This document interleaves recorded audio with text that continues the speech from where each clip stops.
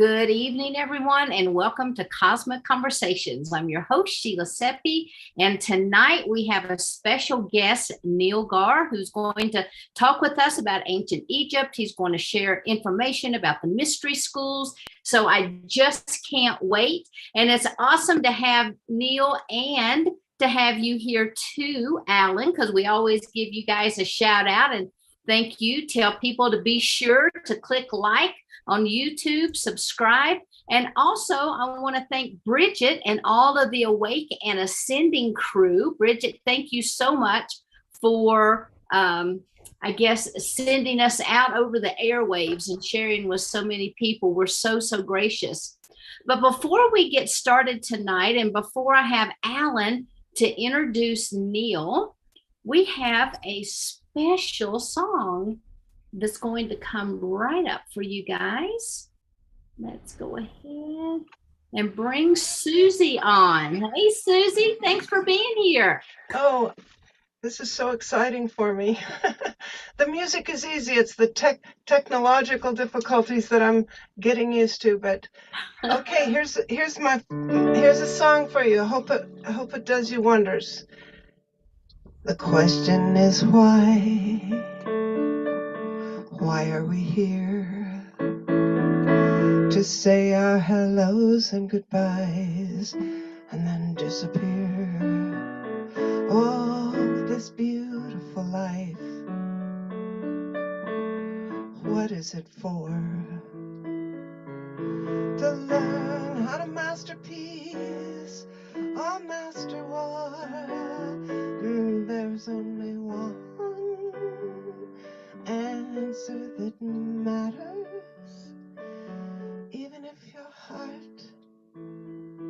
your heart has been shattered. Whatever you want,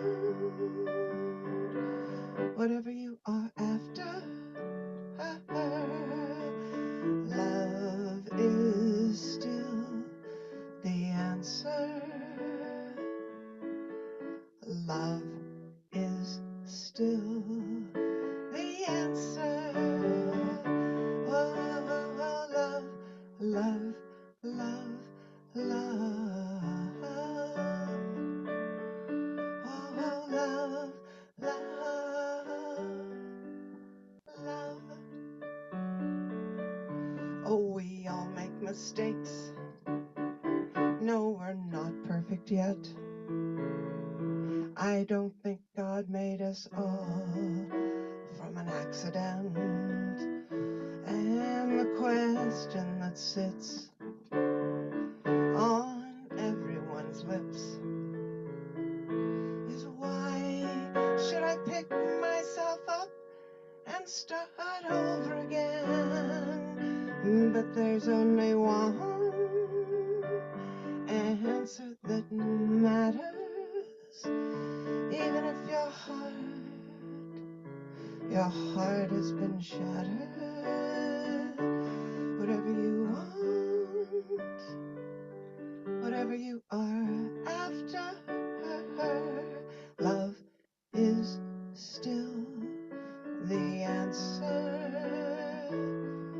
Love is still the answer. Oh, the question I'll ask at the end of my days is what did I give and what will I take? There's only one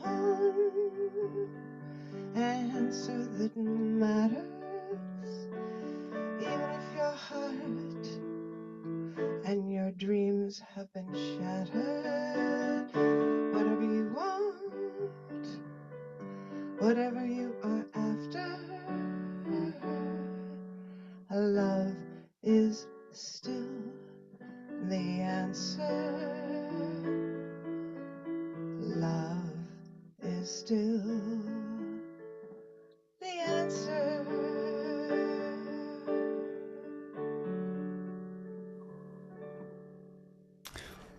Beautiful. Wow. That was so beautiful. So Susie. much. Fantastic. Amazing. That was guys. beautiful. Thank you. The music is easy. Lovely. So awesome. It is Su- really excellent. Susie, that was Isn't that great? that was I better wanted to than the sing for original. Neil and Alan Doug. and Sheila for so long, but I have to learn the Zoom, all the Is technology. is Oh my God, it's hard. isn't I can sing. oh, but it was it's hard. amazing, Susie. Who Susie's wrote a legend on that? Did you Clubhouse. write that? No, I did not, but I've written some like it. But Jason Mraz, Mraz. Oh, he's got some Oh, good stuff. And he lives on a ranch with a bunch of musicians called the Maranch because he's Mraz. Anyway, thank you. I love singing for you. Anytime. amazing. Thank you so much, Susie. We'll have to have you come back on Monday night again now that you've got the piano figured out.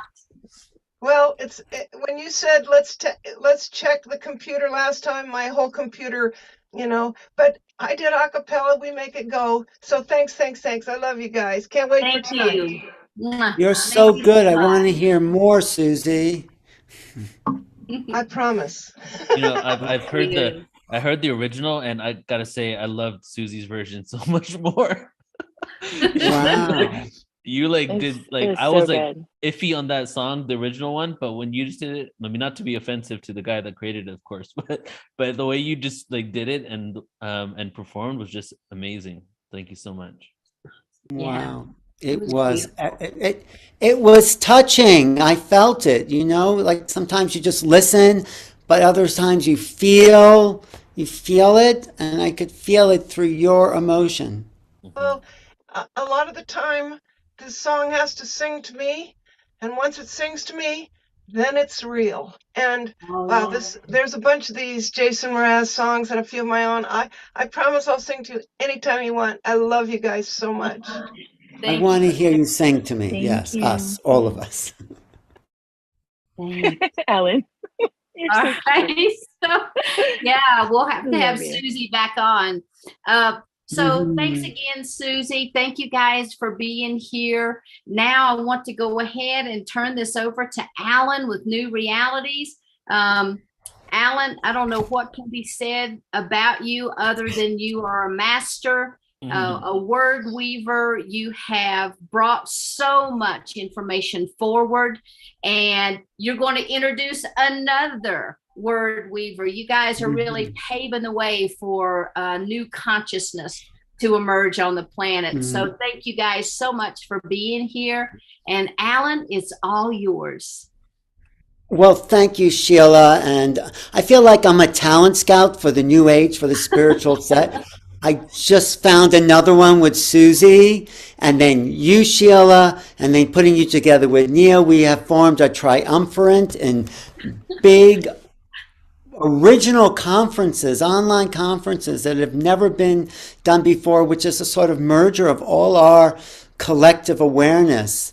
So I look for what's new, what's in channeling and star seeds. And then when I found Portal to Ascension, I said, what kind of name is that? Portal? Because everyone was talking about Ascension in the 80s and into the 90s, and then people have forgotten about Ascension.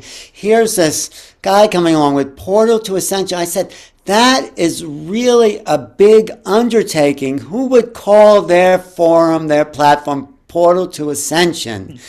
And then I went a little deeper, and I said, wow, this could really be what it says it is. And then I met Neil, and his enthusiasm is, in a way, the portal to ascension. His drive, his intelligence, his wanting to pull all the pieces together, like me and you, Sheila, as well, like making it academic, making it intelligent, bringing in pieces that were not in the old paradigm, and the old paradigm wasn't working. We needed new pieces to understand reality and stuff I've been looking for. So Neil, in just a few years, has accumulated so much wealth of information. I call information wealth. I call it abundance, because if you ever been to my apartment, it's all just full of books. And that's been my drive, collecting information. And then The portal to ascension is a portal to knowledge. It's a portal to awakening. It's a portal to ourselves. This is really the big thrust of our movement. How do we find out who we are? And we're not going to get it in the mainstream. We need platforms like the Wish Alliance, like Portal, like what New Realities, like what we're all doing here, in order to we can educate each other to the mystery that's going on here. I don't know if we'll ever solve the mystery because we're part of the mystery, but we can bring in more elements and keep the enthusiasm of the search going. And that's why I like so much about Neil. He's innovating programs. He's bringing different pieces together. He's educating the world. So I really acknowledge Neil, and I'm looking forward to spending time with him here in Sedona the next and our little adventure on the road, and we'll see how it all unfolds. But actually I think in the last couple of months since your big transformation, Neil, you've dropped in even deeper into yourself, and you're more free to explore new parts of your mind in a way. So ladies and gentlemen, Neil Gaur, Portal to Ascension, and thank you. Thank you, brother. Thank you so much, Yes. everybody. So good to be here with you all. And just receiving all of that. Thank you so much, my brother. And thank you for seeing me, and being along with me along in this. Yeah, journey. I do see you. I do see like this drive and energy you have, and that's why I like you. That's why I want to hang out. Yeah. Yeah. And that's why I love hanging out with you and all these individuals that are so dedicated to the shift. We put in so much energy and time and passion into this because we know what's possible for humanity, and it's time for us to remember, our truest potential. And that's why I'm so happy just connecting with people, collaborating over competition. We got to come together to make a huge shift. All right, everybody. So today I am excited because I'm going to be doing a presentation on Egypt and connecting it to the yuga cycles, and also connecting it to star beings, because this is the Wish Alliance. So I always want to try to bring in some star being kind of awareness here. The way I want to flow today is first I'm going to show you a couple upcoming events. It's going to take a couple minutes here. Then I want to all drop into our hearts together. I want us to do a little bit of breath work where we're going to feel our hearts being filled up with oxygen, feeling all of our heartstrings, if you will, and all of the energy and atoms and the subatomic atoms in our heart opening up. And then we're going to just get right into the presentation. So I'm going to share my screen. Oops. Sheila, can you give me permission, please?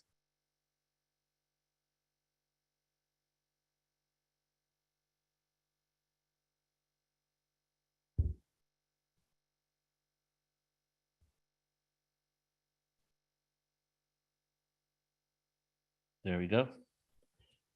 All right. So first one I want to tell you guys about is this Saturday is the Pyramid Knowledge Conference, which is kind of in alignment with some of the information I'm sharing today because I'm doing Egypt. And this is the second annual Pyramid Knowledge Conference where we're going to go deep into pyramid mathematics, ley line information, and the timeline, ancient history, how to use them for healing, all the way to how to make your fruit last longer using pyramid technology, really full circle event. And that's going to be coming up in 2 days from now. Some really amazing people. Dr. Sam will be there. And there's actually a tunnel in the Bosnian pyramids that people are going into and getting healed miraculously of all types of ailments, including Parkinson's, in complete remission. So he's going to be talking about the different types of healings that are occurring there.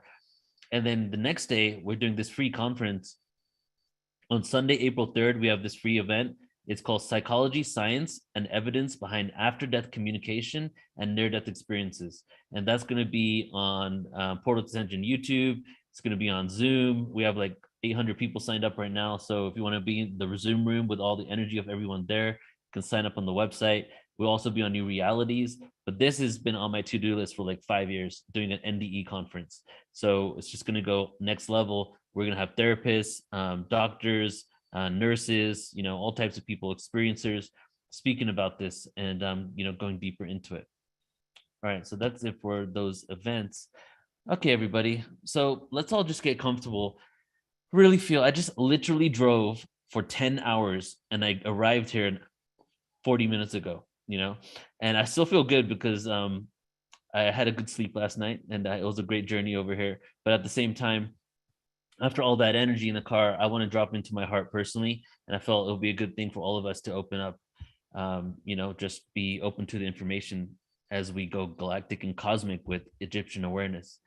So everybody, just get comfortable, and I want you to just close your eyes if you feel comfortable doing so, and just breathe normally, just getting relaxed. Just breathe normally. Breathe normally. Now put your hand over your heart. Put your hand over your heart. Feel your heart in your chest. Feel the blood pumping all over your body. Feel your hands throbbing with the blood pumping through from your heart, your head, your ears. Just feel the effects of your heart throughout your entire body. And just sit with that for just a moment. Really giving your attention to your heart. What does your heart say? How does your heart feel? And then on your next exhale, we're going to take a deep inhale through the nose. Deep inhale. And we're going to exhale it out and breathe it into the heart. Breathe out into the heart. And on the next inhale, feel it filling up your heart. Breathe in. Deep inhale, filling up your heart. Expanding your chest. And then let it go.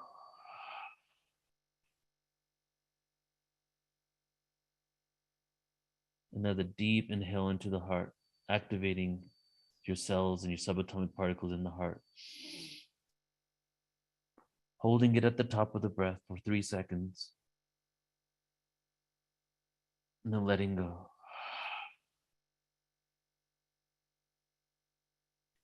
Now continue to breathe normally. And now we're going to do a hum. We're going to hum around 3 times. And when you hum, I want you to feel it and vibrate your chest. So continue to breathe normally right now. And my microphone might cut off my hum, so you might not hear me. But just with your mouth closed and your back of your throat vibrating, we're going to vibrate our chest. We're going to hum and feel the vibrations in our body. So inhale and do your first hum.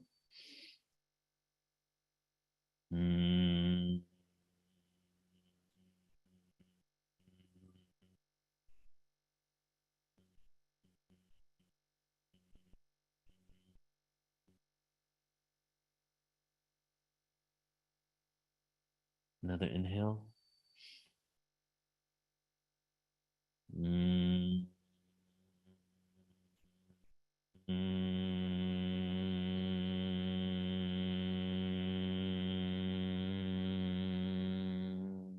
Feeling your heart and your chest vibrating. One more inhale.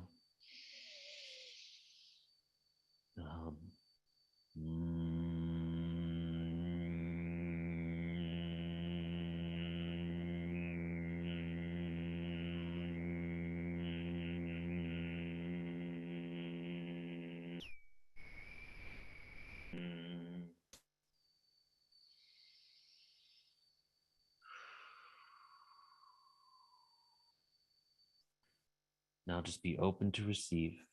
Give your heart some gratitude. Thank yourself. We spend a lot of time thanking others and around us, but in this moment, thank yourself. Thank your hands, thank your heart, thank your chest, thank your brain. Thank you for being here. And thank you for being you. All right, when you're ready, go ahead and open your eyes.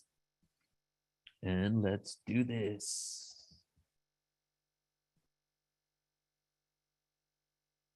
All right, guys. So the way I have it done is this is 3 presentations all put to one, because I've never done one full presentation on Egypt before, but I've put Egypt in many different presentations. So what I've done is I've cut pieces of 3 presentations together to create this one. And the first, so it's kind of cool because it's going to have multiple dynamics in regards to this topic. The first one here is my creation stories presentation, which I'm not sure if I shared other information from here before, the cosmic egg or anything like that. But here we're going to do creation stories of Egypt. Then the next one is going to be the sound and frequency connection of Egypt. And then we're going to end with the Pythagorean portion of my Pythagoras presentation, specifically on Egypt. And hopefully none of you guys have seen all these. I think some of you might have seen the Pythagorean one, but there's definitely going to be new elements if you've seen, some of these presentations before or just some of it in general. Let us begin.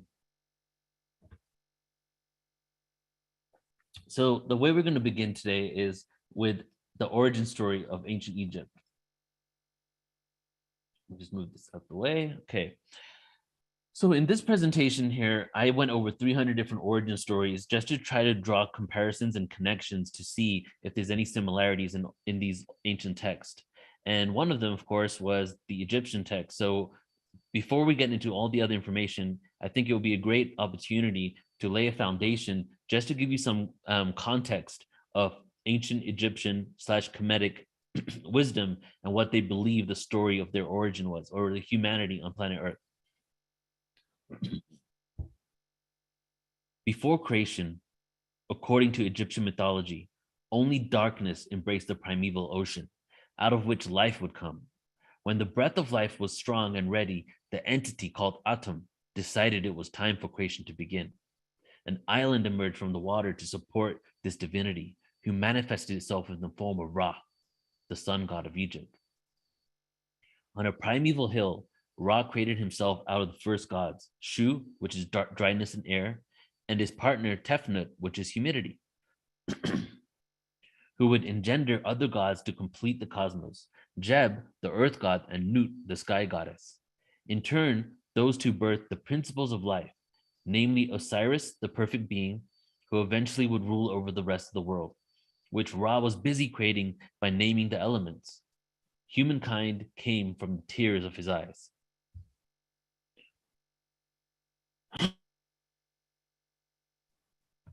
Osiris was a kind and wise ruler who taught humans agriculture and civilization. With his sister or wife or / wife, both, Isis, who helped her husband with creativity and magic, they formed a perfect couple. Their brother Seth was strong but unruly, the opposite of his brother. In fact, Seth envied Osiris so much that he killed him so he could inherit his throne and rule Egypt the way he wanted to. Seth's sister / partner, Nephthys, could not stop the murder despite her love for her siblings. Killing Osiris, though, didn't end up being such a bad idea because Osiris was resurrected. And I have the term resurrected highlighted because we see this throughout many ancient scriptures predating Christianity, predating Jesus and the resurrection of old gods, or a resurrection or a killing of the old gods and the resurrection of the new ones. But here we have a resurrection. He was resurrected through the magic of his wife, long enough to impregnate her with the son Horus, who would later avenge his father and recapture the throne of Egypt. Then Osiris departed to the other world to rule over the deceased, thus ensuring resurrection and the cycle of life. So this story is in essence how duality in the cycle of life and the matrix of karma basically all came into existence. This is what they say took place. And then ultimately Osiris departed, the other world was created, he was ruling over it, and then the resurrection and the cycle of life that we're in right now began. Another foundational element of this presentation is the migration route into India from Egypt. And what does India have to do with Egypt? Well, as I was into all this information, like pretty early, maybe 16 years ago, pretty early into me awakening to all this, I started seeing similarities in ancient Kemetic / Egyptian awareness and India. They looked like there were hieroglyphs that had yoga in there. There was information about chakra systems in Egypt. There was similar sacred geometry in Egypt than was in India. And it seems like maybe like the Indian genome could have also come out of Africa, and namely North Africa, and the ancient Egyptians were Black Africans. So I have started speculating that, from piecing together pieces of information, that the Indian continent and people that live in India now, and that have, the descendants of the people that migrated there originally, had some Egyptian connection. And as I started researching this, I started finding out a lot of other civilizations that had an effect in India as well. So it became a combination of multiple ethnic groups. So this is a really oversimplification, but from my understanding, definitely people from Egypt / Kemet came into India. The Kush Empire, which you'll see in a moment here, which was south of Egypt and at times was actually a part of Egypt. And at times the Kushan Nubian pharaohs would rule Egypt, and then sometimes the Egyptian pharaohs would rule Kush, as we devolved in consciousness. Okay, as we devolved in consciousness, then wars started happening and empires started basically fighting against each other. The Aryans, the migration route, which is a controversial theory in itself. Iranian farmers from the Caucasus Mountains. Mesopotamians, because what some people don't realize is that the Indus Valley civilization coexisted at the same time as Egypt, at the same time as Chinese emperors, and at the same time as Mesopotamian and Babylonian civilizations. So, and they were all just around each other in one big area. So to think that they didn't migrate to each other, share information and all that, would be ignorant to really believe that, because they all coexisted. Some of them overlapped for like 1,000 years, and they were just neighbors to each other. So Mesopotamia was directly north of the Indus Valley civilization, which is in modern day Afghanistan area. So that, that in itself was probably a migration that occurred from people in that area. And then Mongolians, they say, I think like 75% of everybody on the planet has some Mongolian in them or something, because they went around basically everywhere in the known world at that time. So there was definitely a migration that occurred to the Hindu Kush Valley, creating the Indus civilization. But it looks like the Indus Valley civilization could have been a combination of multiple cultures. And one of them was the offshoot of the Egyptian kingdom called Kush. And then eventually they began migrating south into India. And when they migrated south into India, there was already a population of people there that most history books and historians and scholars don't even really take the time to research. But there was already civilization in India. Instead, they say the Indus Valley civilization was the cradle civilization for India, but really it was integrated with what was already there. And here are some migration routes. And you can see, okay, here's Egypt. You can follow my cursor. Here's Egypt. And then we have all the way south of Egypt that used to be part of the Egyptian empire as well. We have Kush. So right where this arrow is, we have the Kush empire.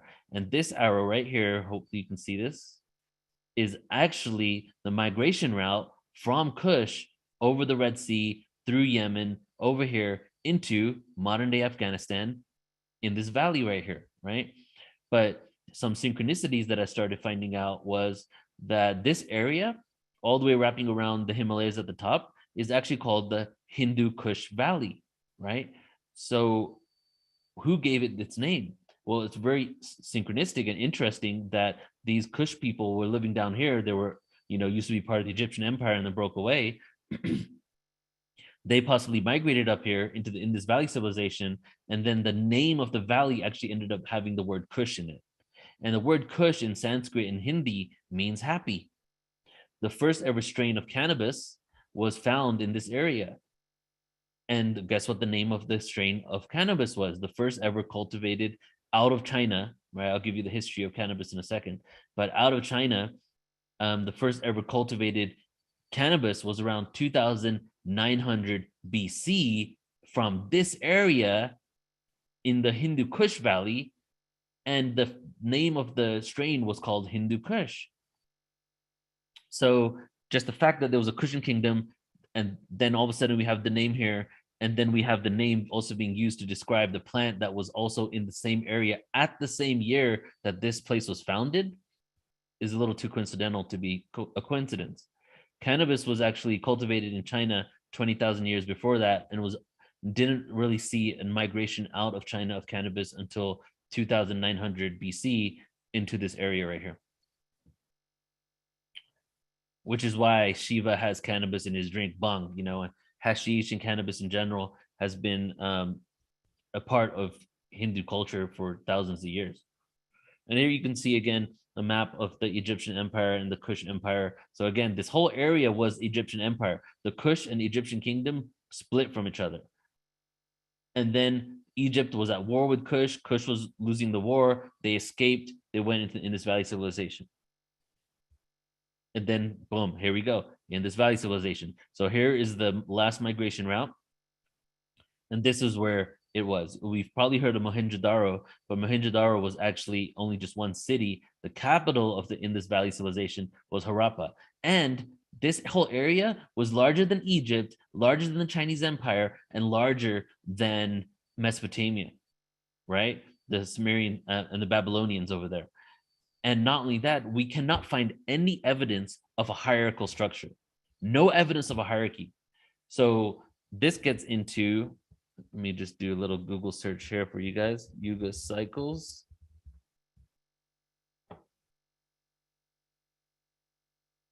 Here we go. Oh, let's see if you can see this one.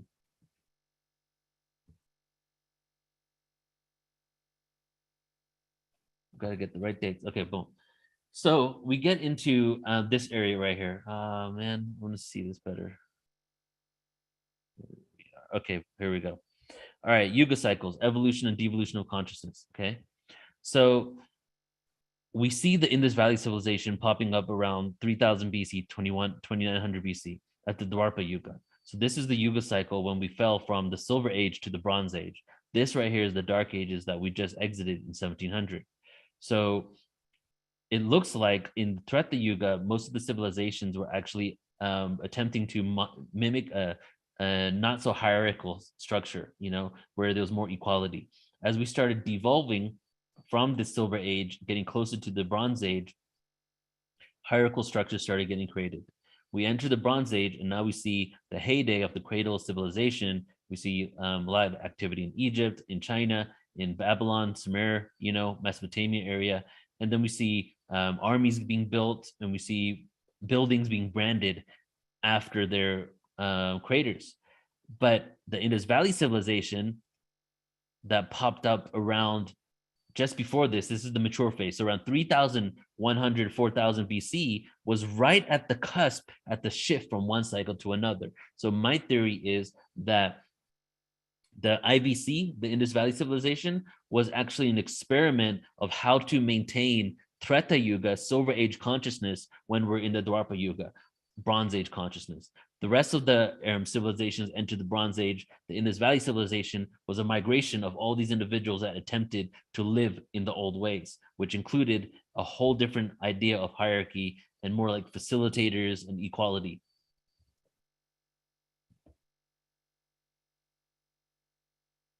And some more migration routes. All right, so let's move on to a different presentation now. So now that we did the origin story and we talked about migration routes, just to kind of give you, you know, just an idea of the Egyptian landscape, if you will, right? Let's go into the dating of Egypt, how old Egypt really is, and the evidence of an advanced understanding of harmonics and mathematics, astronomy, and just so much more. First, we're going to start out with this video with a speaker that has spoke on Portal to Ascension a few times. Let me share my sound. This is actually at the Portal to Ascension conference that happened in 2018 in Irvine, California. And just a little bit of a plug for our next one. We have our free one coming up in April, guys, right? 36 people. Hopefully you guys can be there. But then we also have our next one that's going to be live. So this is going back to being a live event. That's going to be in San Diego, California in 2023, April 21st, 22nd, 23rd. That's going to be epic. But this one is the first Portal to Ascension conference. So let's take a look at what Robert Schock has to say. The Sphinx, my young me, and what we found is that we had uneven weathering around the Sphinx.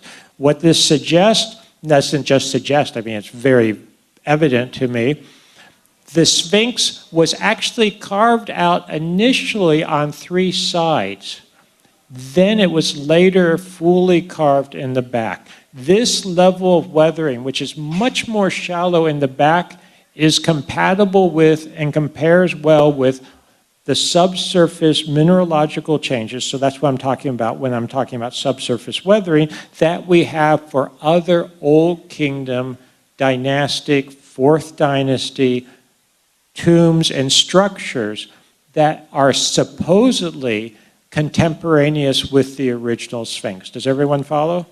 The fact that you have much, much deeper weathering around the other 3 sides indicates that this was carved out earlier. The body was carved out earlier.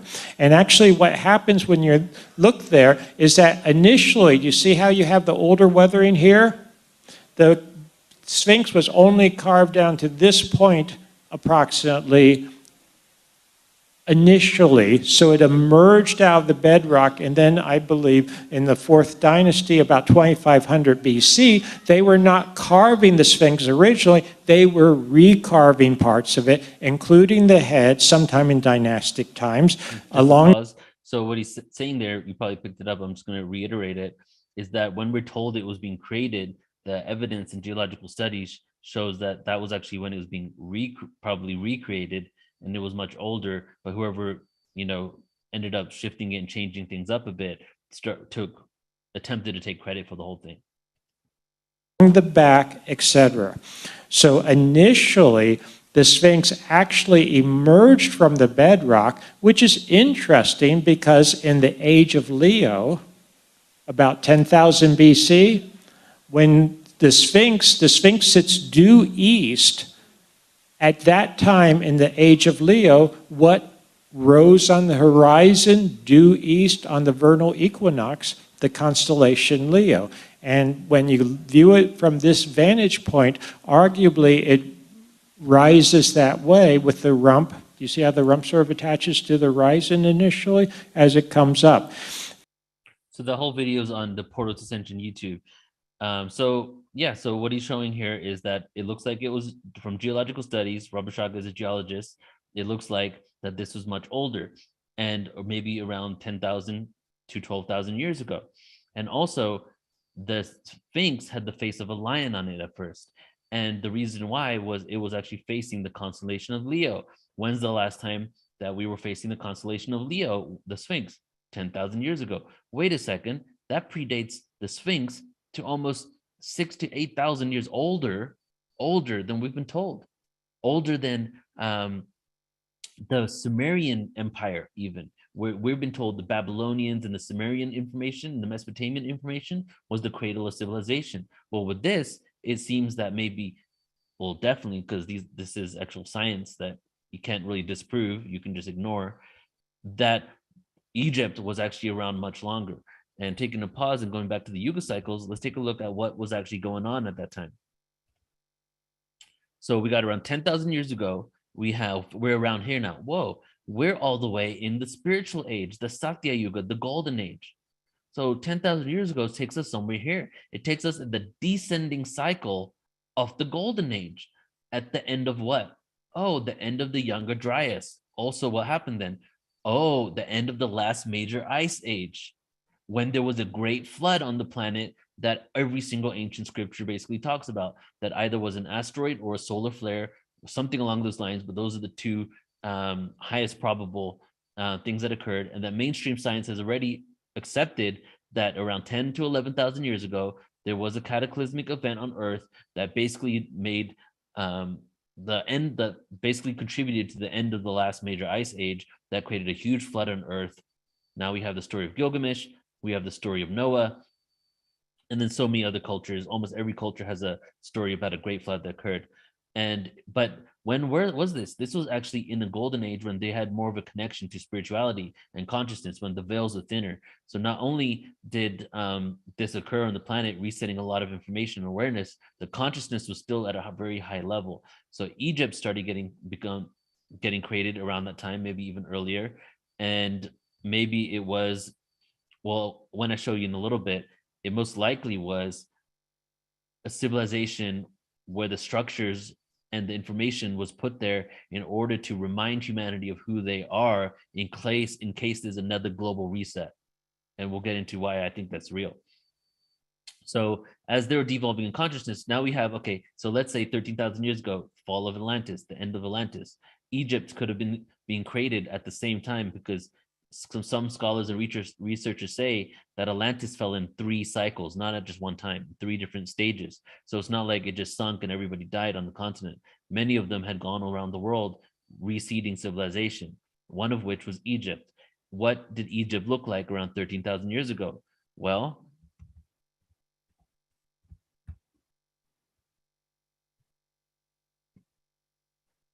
$13,000 years ago, guys, this whole area was a lush oasis.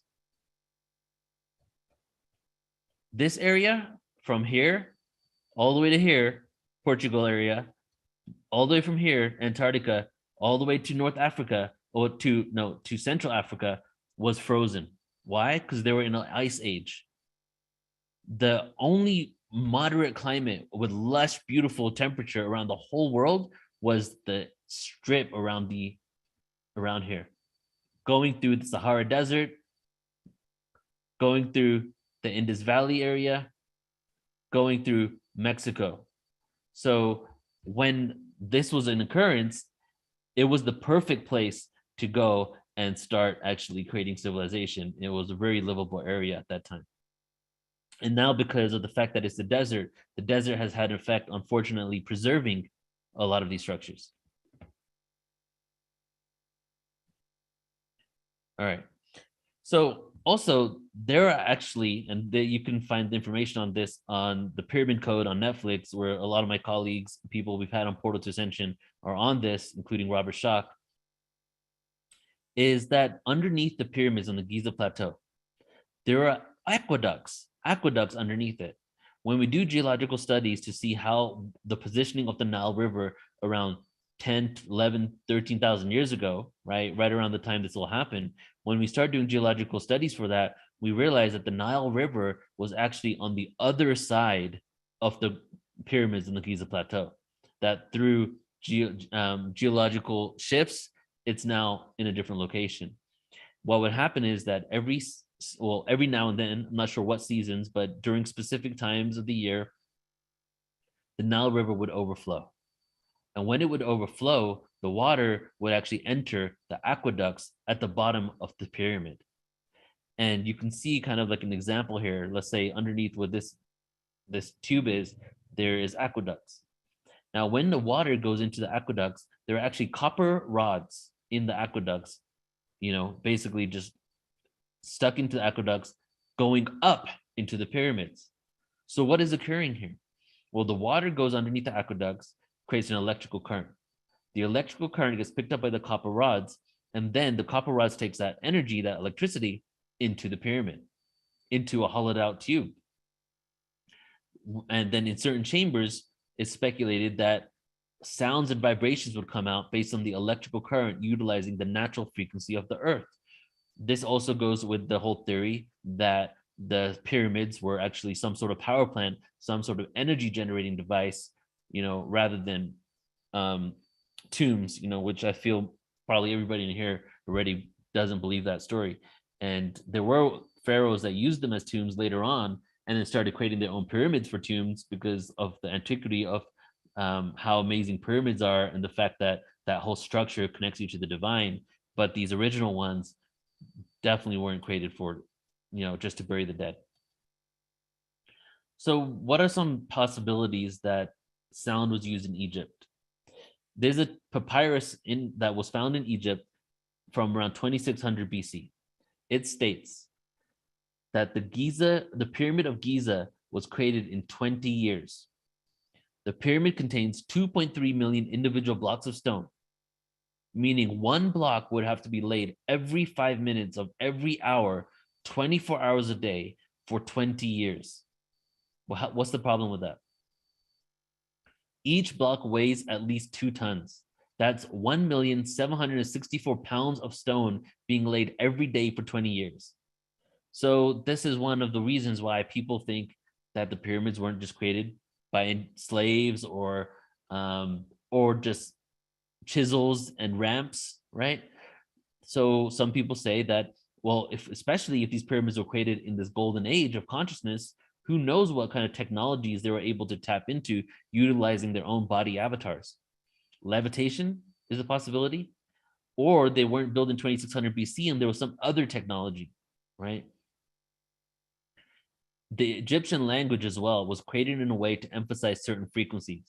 Vowel sounds were considered so sacred that they didn't have them on any of the hieroglyphs. The hieroglyphs are all consonants.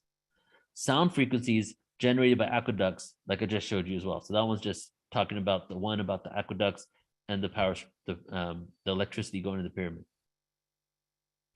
So there was an experiment conducted by a guy called Tom Danley.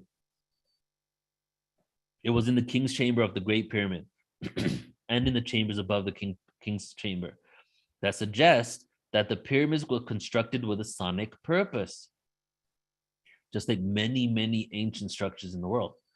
Danley identifies 4 resonant frequencies or notes that are enhanced by the structure of the pyramid and by the materials used in its construction. The notes start from an F-sharp chord, which according to ancient Egyptian texts were the harmonic replica of Earth. Very interesting. Pyramids on ley lines, aqueducts utilizing the Earth's natural frequency, F-sharp, which the Egyptians believed was the harmonic replica of Earth. Are you seeing the connections? Moreover, Danley's test shows that these frequencies are present in the king's chamber even when no sounds are being produced. Wait a second. Let me say that one more time. Danley's tests show that these frequencies are present in the king's chamber even when no sounds are being produced. What? How does that happen? These guys are so genius, and this happens all over the world, including in Malta, the caves of Malta, County Meath, Ireland, the structures in Palenque, the Hampi temple in India. These structures are designed to emanate the frequency no matter if there is sound or not. Even if you can't hear it, the frequency still emanates from the walls. They are there in frequencies that range from 16 hertz down to 1/2 of a hertz, well below our human hearing. So according to Danley, these vibrations are caused by the wind blowing across the ends of the so-called shafts in the same way sounds are created when one blows across the top of the bottle.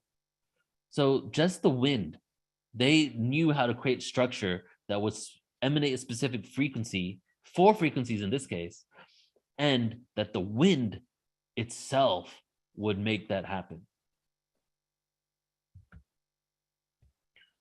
I'm not going to show this video because it's copywritten and this will probably go on YouTube, but this video right here is basically showing that we are now able to levitate rocks using sound. And basically you can see this image here. It goes from smaller, bigger, bigger, bigger, bigger, and then they hit one note, and then the stones, huge stones, just levitate for like a minute.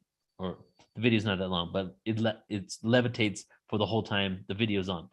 And which goes to show that we are able to levitate stone now with frequency. So the whole thing is that we have the arrogance of thinking that we're the most technologically advanced that we've ever been on this planet. Well, very much may have been. However, we are not the most consciously advanced that we've ever been. This and many other cultures show that that's not the case.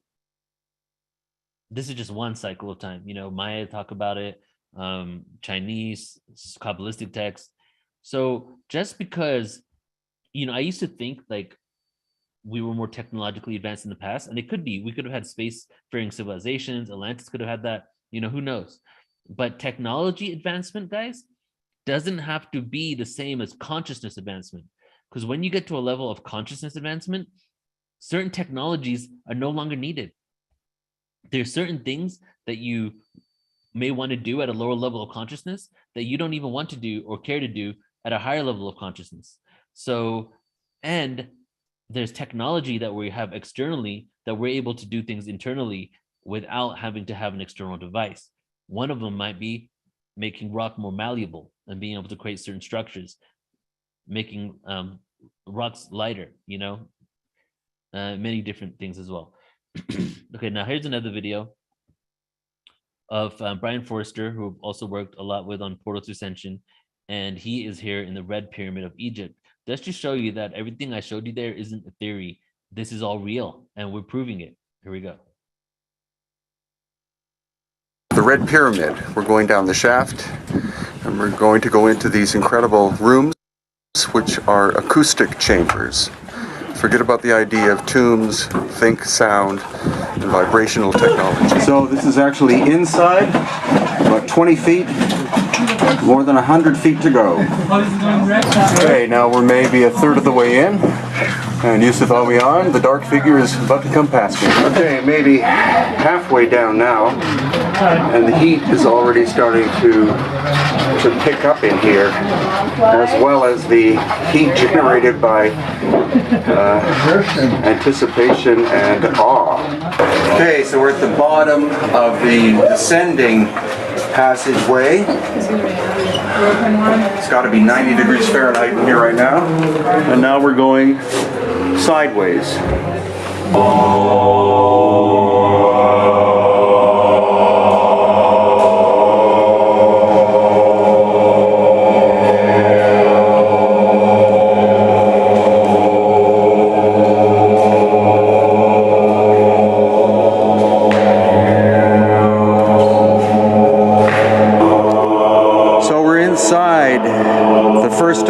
Of the main chambers of the Red Pyramid, and it is tuned to A.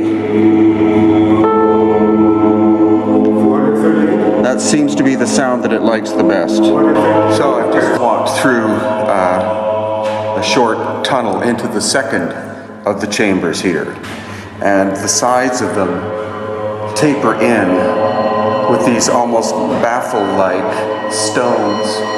And of course it could be actually an acoustic cone filter of some kind. The lighting's pretty terrible, but you can see there is a massive crack in the solid stone.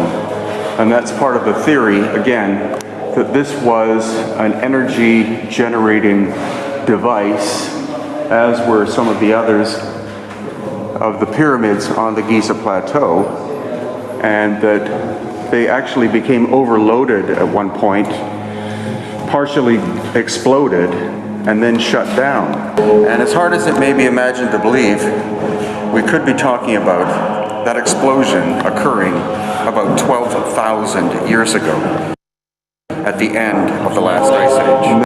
12,000 years ago, end of the last ice age. What's going on here? Let's go to the map, shall we? 12,000 years ago, this is where we are now. We're in present. You can see present here, 1900s, 200-year transitory phase in between yuga cycles. The Kali Yuga ended in 1700. There was 200 years. Your video's not playing. Sorry. There you go. Thank you. There was a 200-year transition cycle, and then in 1900, we fully emerged into the energy age. Energy age, that's interesting. What did we discover in those 200 years? Light, electricity, atoms, Newtonian physics. And then what did we find when we exited 1900 and went into the energy age? Subatomic energy, quantum physics. So what is our goal of this age? To master energy, not only externally, but internally. So let's go back 12,000 years. What is this? Okay, so 2,000 years, we go to 0, and then we go back 12,000 years to around 10,000 BC, 10,000 BC right here. Well, that's the same time that there was a cataclysm on Earth. And that will just around that time, within that 1,000 years, that millennia, there was a cataclysm on Earth. Also the end of the last ice age, also the Younger Dryas period. So what occurred with these pyramids, and why do we see some sort of explosion mark as if the pyramid overpowered? Well, this goes into the whole theory that these were energy generating devices to keep the level of consciousness of humanity at a certain level so that we wouldn't fall from grace and devolve. It was an attempt, right? And it was an attempt at keeping the consciousness of humanity at a certain level by utilizing pyramid structures that were emanating frequencies, creating a protective grid around the planet. But as we were devolving in consciousness, it was inevitable. These structures couldn't sustain the frequencies and the position of our solar system within our galaxy in relation to our black hole in the center of our galaxy. And because of that, I feel and a lot of other people do too, but just piecing together a lot of jigsaw pieces here, is that these pyramid structures started overpowering and couldn't work at a certain level of our devolution, but they had worked for some time before that, which is why some people also believe that these pyramids are coming back online now, since we're on the upturn in consciousness. So you heard the sound there, and it was A, the note was A. Those individuals in that room, they weren't trying to chant A. They didn't know how to chant A, but no matter what they were doing, no matter how they chanted, the building, the structure, the red pyramid chamber was created in a way to take all vibration and change it into A, the note A. That is very interesting. And then we know A is the 432 hertz frequency, but A also in the chakra system represents what? The third eye. So this is another Egyptian Indian connection, because the pineal gland is a huge component of ancient Egypt. So the sound in that room, no matter what occurred, whether there was some sort of aqueduct sending energy that becomes a sound frequency in there, whether somebody's chanting in there, whether it's quiet and the sound is just taking the wind and emanating a frequency we can't hear, the note A is permeating through that chamber. So since that connects to the third eye, could it be a chamber that was designed for healing, for decalcification of third eye, from tapping into your own intuition to understanding yourself at a spiritual level? The possibilities are endless of exactly why that was the case. So we need to dig a little deeper and see what if there is a possibility that the note A was connected to the third eye for the ancient Egyptians, and that's why they had that chamber that way. Well, now look at this right here. So you can see here in the upper right hand corner is the Eye of Horus, one of the mystery schools. And the Eye of Horus also represents, of course, is one eye, the all-seeing eye, right? That was taken and put on top of the pyramid by powers that be, right? The back of the dollar bill and all that, but also the third eye, right? But you could probably speculate that it's the third eye, but then is there any even more hardcore evidence to suggest that it is the third eye? Well, take a look at this intersection of our brain. The intersection of our brain where our pituitary gland and our pineal gland is the exact same design as the Eye of Horus. This right here is the pituitary gland and the pineal gland and how it connects. So not only did they use this to represent, our third eye and the mystery schools of advanced awareness, but they also had some sort of advanced understanding of the intricacies of our brain and how our brain, pineal gland, and pituitary gland looked. And they actually created a symbol based on that. And even more so, a lot of their symbols, Egyptian symbols, have so many multiple meanings. And here we have as well that not only was it connected to our pineal gland, pituitary gland area, but also musical intervals, because mathematics and music, music being the harmony of the mathematics, the masculine and the feminine, the math, the linear, the music, the secular coming together, because both of them are the same, just using different language to explain the same thing. And the mathematics behind musical intervals is math, right? So even this design right here is completely connected to the intervals of music. So I spoke a little earlier saying about the vowels in Egypt as well. Ancient Egyptians thought that they were too sacred to use vowels, so they left them out. In the hieroglyphs, we don't even really know what their vowel sounds were and how they even sounded.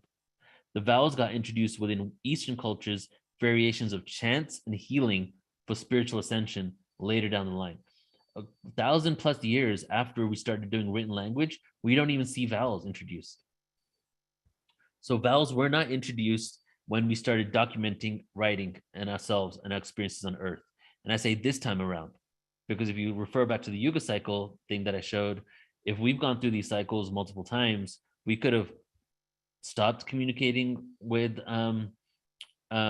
by writing things down. We could have begun. It could have happened multiple times. So this time around, vowels were introduced many years after we started writing. And here is just some, I'll just say this one right here. Here's a Gnostic chant that came around.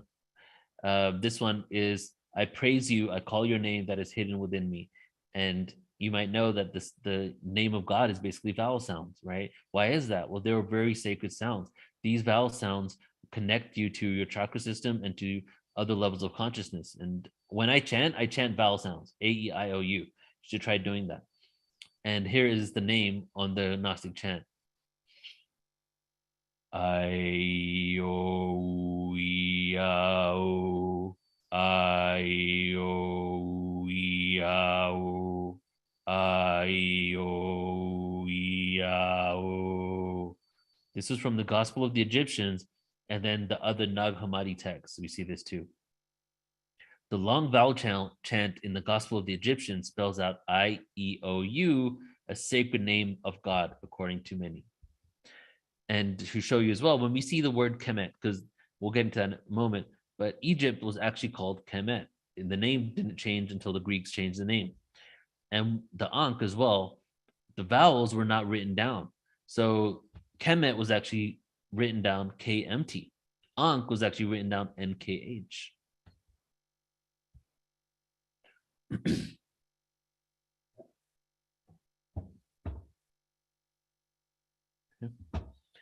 All right. So let's get into some Ankh information here. So this is the Egyptian Ankh. You've probably seen it. This is what it looks like. We see evidence of it about going all the way back for 9,000 BC. And the N equals the wave, and the KH, because remember the A was silent, equals matter. So wave and matter. This is the breakdown of the word Ankh. A represents each of the sounds on the Ankh, each of the letters represents a deity in ancient Kemet. We have A, which represents Amen, which is what is hidden. So Amen Ra, A is hidden and not pronounced because A represents what is hidden. N, the deity was none, which is the wave. K equals Kek, which is the goddess of darkness, god of darkness. H equals He, the ruler of infinity. So this right here was the most ancient symbol of a code of sounds and primordial deities. And it went a little bit like this. Let's see. Okay, this is basically what it represents. This expression represents a wave, N, traveling at infinite speed, which is the He, separating darkness, which is the K, creating a hidden Amen. That's the equation. So basically, the wave, the frequency, traveling at an infinite speed, space-time, separating the darkness, creates a hidden Amen, which is the A. And those are each of the letters. So what this represents is how everything was created. The frequency, the wave, traveled at an infinite speed, it separated the light and the darkness, and it created the A, the Amen, the hidden world. So the A in the word Ankh is our dimension, the hidden holographic projection of consciousness. And the Ankh was actually the premise for a tuning fork for, what we use now in regards to healing with tuning forks, especially the fact that it actually has utilizes the Pythagorean scale. And as you're going to see in a moment here, Pythagoras got this information from Egypt. All right, so now we're on the third presentation, everyone. And this is the last one here. So this is a portion of my presentation on Pythagoras, just to now show you, like, I've given a lot of foundational information about Egypt, context about the times, but now we're gonna get into even more mathematical geniusness, if that's the word, of the Egyptians. But first, we're gonna talk about the Pythagorean theorem. And why do I have it crossed out? Well, there's no doubt that this theorem originated from other ancient civilizations. So calling it the Pythagorean theorem really isn't true because he didn't find it. And it's okay, Pythagoras didn't try to say that he did either. Humans after him told everybody that he made it. So don't hate on Pythagoras. There's an Egyptian connection to the placement of the pyramids with the Pythagorean theorem that you're going to see in shortly. There's a tablet from ancient Babylon, and in Chaldean 626 BC to 339 BC in the Neo-Babylonian Empire. These are all places we see the Pythagorean theorem. And we also see from 800 to 400 BCE evidence in India and the sutras, all places that Pythagoras was actually traveled to. All those places I just mentioned, it's been documented that he traveled there, and he was initiated into the mystery schools. Plimpton 322 is a Babylonian clay tablet, notable as containing an example of Babylonian mathematics. This tablet, believed to have been written around 1800 BC, around 1200 years before Pythagoras, has a table of 4 columns and 15 rows of numbers in the cuneiform script of the period.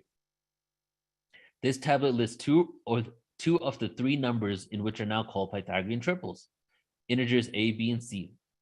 A method of constructing such triples is a significant early achievement of humanity, known way before Greek and India. Here it is. This is where one of the places it came from. It's just a little cool Google map to show you it would take Pythagoras 406 hours on foot to go from his hometown to Babylon to get that awareness. Okay, here's another video. We only have like 15 minutes left and we'll be closed with this presentation. So this one now is going to show you the connection of the Pythagorean awareness to Egypt, because now we're going to take the last 15 minutes, get back to Egypt and all the awareness that Pythagoras got from there. And this one in particular is about the Pythagorean theorem. The Horus theorem. The African origin of the Pythagorean theorem. Pythagoras was a Greek philosopher who is said to have lived around 500 BC, and is credited by most Western educational institutions with the development of what they call the Pythagorean theorem, the mathematic equation which expresses the relationship between the sides of a right triangle, where the square of the hypotenuse of the triangle is equal to the sum of the squares of the other 2 sides of the triangle. The Pythagorean theorem is also known as the 47th problem of Euclid, because Euclid, who is said to have lived several hundred years after Pythagoras, and is called the father of geometry by Western educational institutions, worked on solving the ratio 3-4-5 Pythagorean triple. If the first 5 numbers, 1, 2, 3, 4, and 5, are squared to yield 1, 4, 9, 16, and 25, then subtracting each square from the next yields the sequence 1, 3, 5, 7, 9. However, it has long been suspected that the Pythagorean theorem, and the proof of the Pythagorean theorem, existed thousands of years, contains tables inscribed with Pythagorean triples. In his collection of essays entitled Moralia Volume 5, the Greek essayist Plutarch comments on the ancient Egyptians' knowledge of the 3-4-5 Pythagorean triple, and its relationship to the sides of a right triangle expressed in ancient Egyptian symbolism by saying, "The upright, therefore, may be likened to the male, the base to the female, and the hypotenuse to the child of both, and so Asar may be regarded as the origin, Aset as the recipient, and Heru as perfected result. 3 is the first perfect odd number, 4 is a square whose side is the even number 2, but 5 is in some ways like its father, and in some ways like its mother, being made up of 3 and 2. In the book Stolen Legacy by George G. M. James, it is argued that Pythagoras was shown proof of the theorem by the ancient Egyptians. It states, Pythagoras traveled to Egypt and was taught geometry by the Egyptian priests, and made to sacrifice to the gods, before they showed him the proof of the theorem of the square of the hypotenuse of a right-angled triangle. Pythagoras did not discover this proof, and it is misleading to name the theorem after him. The book Stolen Legacy also states, we have the statements of Plutarch, Demetrius, and Antisthenes, that Pythagoras founded the science of mathematics among the Greeks, and that he sacrificed to the Muses, when the Egyptian priests explained to him the properties of the right-angled triangle. Pythagoras was also trained in music by the Egyptian priests. The proof attributed to Pythagoras is very simple, and is called a proof by rearrangement. The 2 large squares shown in the figure, each contain 4 identical triangles, and the only difference between the 2 large squares is that the triangles are arranged differently. Therefore, the white space within each of the 2 large squares must have equal area. The triangle in figure 1 can be rearranged to create figure 2, and equating the area of the white space yields the proof attributed to Pythagoras. So, is there any evidence that a proof by rearrangement for this theorem is available in ancient Egypt? Well, since we are talking about... All right, so now pay attention to this. Is there any proof by rearrangement? You just watch the rearrangement of those squares, right? In Egypt, can we rearrange anything in Egypt to have the same effect? Triangles, let us look to the pyramids of Giza, the 3 giant triangular structures built by the ancient Africans in Egypt 2,000 years before Pythagoras was said to have been born. From above, if we rearrange the pyramids of Giza, we see evidence of the proof of the theorem. The base of Menkare's pyramid is 51.7 cubits, the base of Khafre's pyramid is 107.6 cubits, and the base of Khufu's pyramid is 115.2 cubits. Plugging into the equation, we see that the mathematical result, 119.4, is a statistically significant reasonable approximation, a difference of 4.2 cubits, only 3.5% error. Considering that the outer casing of the Giza pyramids have been removed, and the wear and tear on the pyramids over the thousands of years, then this may account for the discrepancy. Given this evidence, it does not seem right to you builders, architects, and engineers. Ptah was a patron deity of builders and craftsmen, and Horus, as Hirabahutet, was a patron deity of blacksmiths and workers in metal, the great chiefs of the hammer. Additionally, Ptah and Asar were combined in Egyptian mythology, and both Ptah, as Asar, and Horus, are present as the upright and hypotenuse of the previously mentioned 3-4-5 right triangle ratio, represented by Asar, Aset, and Hiru, in Egyptian symbolism respectively. Considering the aforementioned phonetic and symbolic relationships of Ptah and Horus to Pythagoras, then the proposition is put forth that the Pythagorean theorem should henceforth and forever be known as the Ptah-Horus theorem. All right, so hopefully you guys caught the amazingness of the fact that the 3 pyramids in the Giza Plateau are literally designed and made the perfect size that if you rearrange them like this, you get the Pythagorean theorem, the triangle.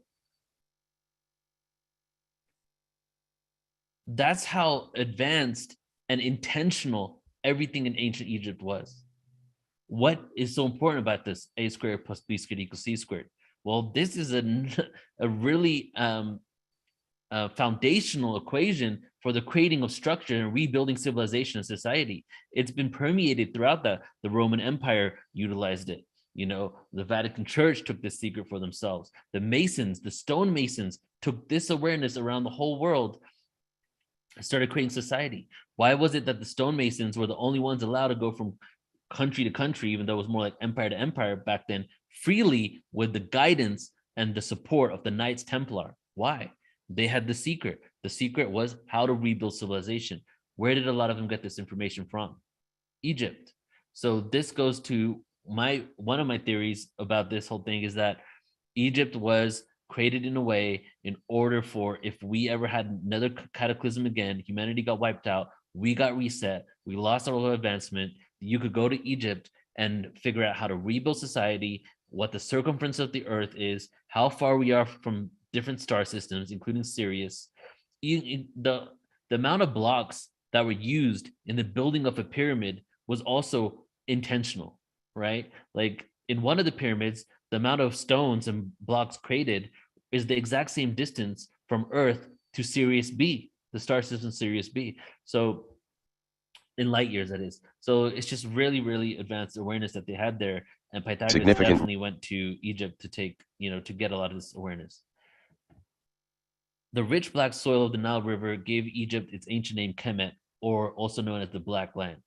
The conquest of Egypt by the Greeks resulted in the mispronunciation of the city of Memphis. So here is why Egypt has the name Egypt. Memphis was called Hua-Ka-Ta, which means mansion of the spirit of Ta. But the Greeks misheard this. They thought they heard Egyptos. So that's what they call the whole of Egypt. They call themselves Remech and Kemet, which means people of the Black Land. The term in ancient Kemetic people were Black Africans. All depictions of them being brown or Arabic or white is completely incorrect because the lighter pigmentation did not actually occur on a mass level until 300 BC, and then with the eventual conquest in 30 BC. Right at the same time, it went from Kemet to Egypt. Pythagoras, a lot of his exploits have been documented, and it seems that he, as just like a lot of philosophers and great minds, studied in Egypt, and he studied in Memphis in Egypt. They welcomed him, especially due to his ideas of mathematics and awareness gained from around the world. It is believed he was there from anywhere from 10 to 20 years, and Egypt was on its way out as a power at this time, and many Greek minds would go there because Greek civilization was flourishing.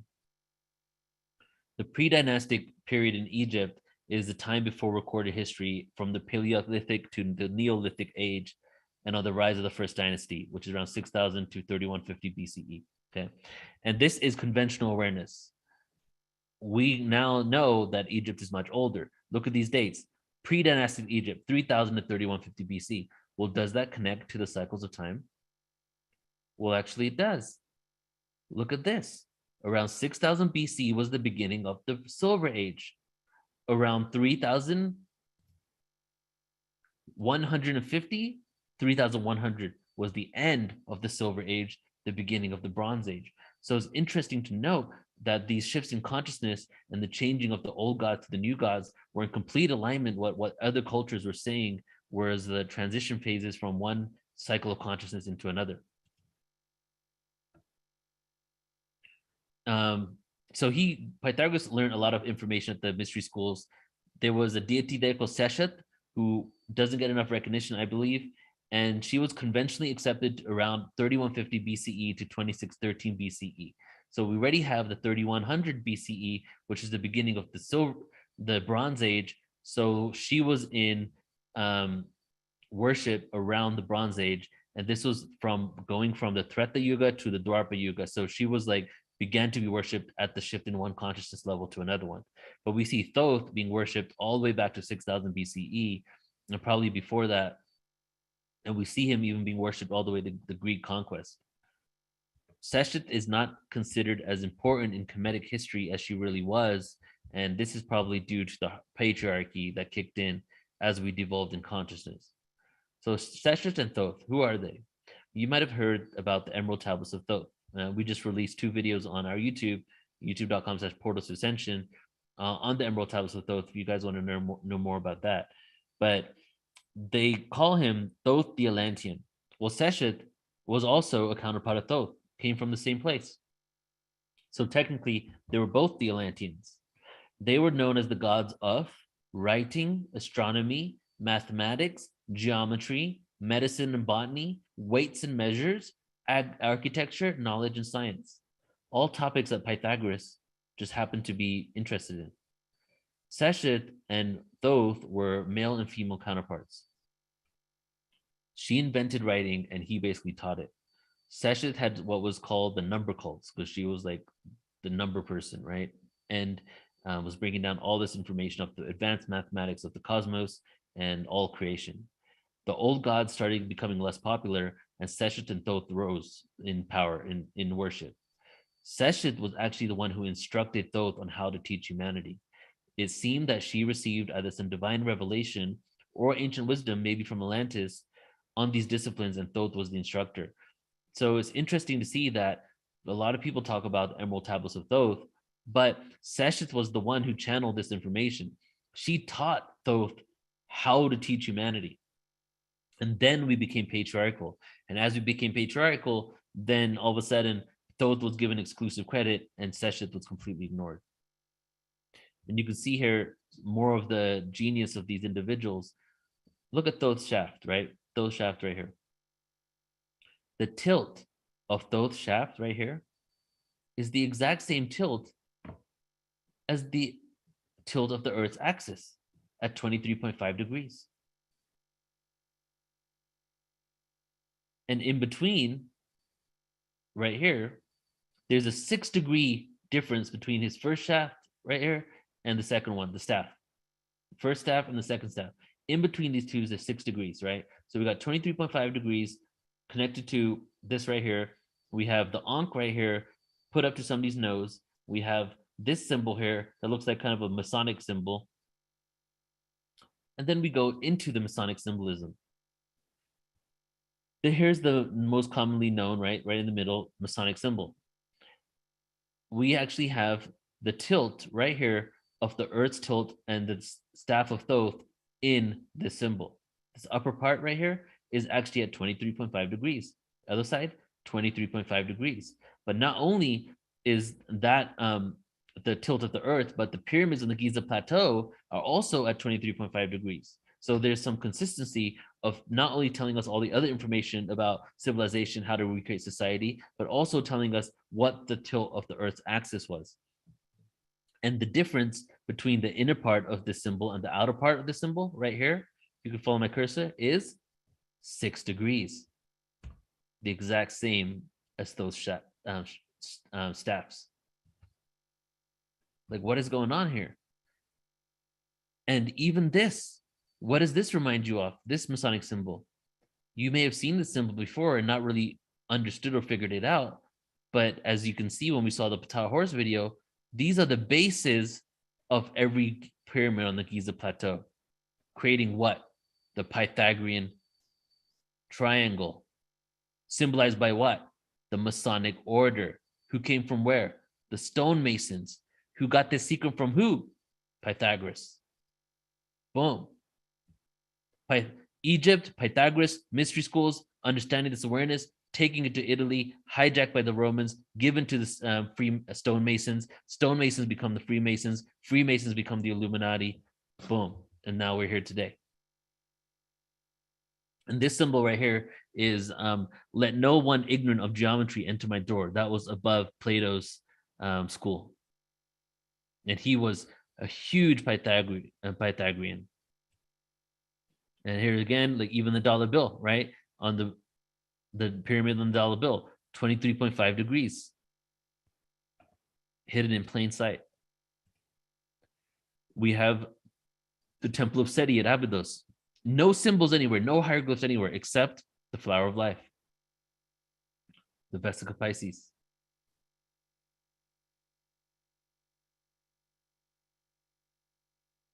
And this one's basically is just showing the numbers based on the equations of the distances between the pyramids and structures in Egypt and how they actually come out to the scale on the Western music scale.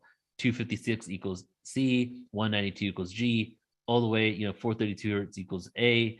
This is the Pythagorean scale. The Pythagorean scale came from ancient Egypt. And here are the numbers. A squared, B squared, C squared, 216, 288, 360. And these are all numbers that were eventually taken to create the Western music scale. And it even goes deeper because these numbers were actually, if you put 000 after every single number, 288,000, 216,000, 360,000, 432,000. Now you have the length of the kings on the Sumerian kings list of how long each king lived. So this information, these numbers were in multiple cultures at the same time. Here is the flower right above Shesha's head. And you can put that flower, put this geometry right in front of the temple right here, the Valley Temple. And then you can go out in every direction.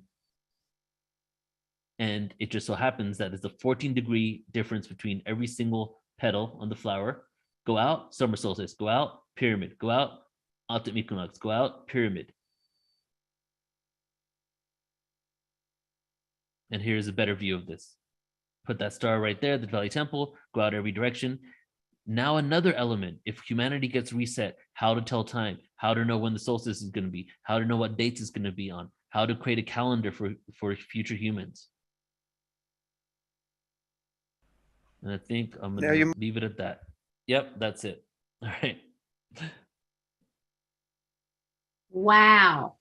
Neil, that was amazing. Absolutely. I love the way that you took those presentations and put them together. But I have to tell you, any one of those is mind blowing. So I'm going to have to watch and rewatch this several times. That was amazing. Thank you.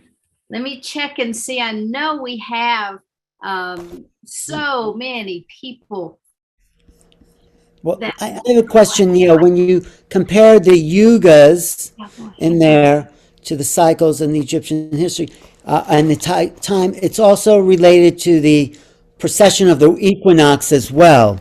Yeah. Yep. Like the age of Aries was well, it starts with, let's say, goes back to Gemini after the flood with Gemini, and then we go to, the age of the Cancer, Arians were the flood, and then it goes backwards, it goes to the age of Gemini, and then we get to the height of Egypt, it's the Taurus, it's the bull. This is why some people say the Israelites burned the golden calf, and they became the people who blew the ram's horn.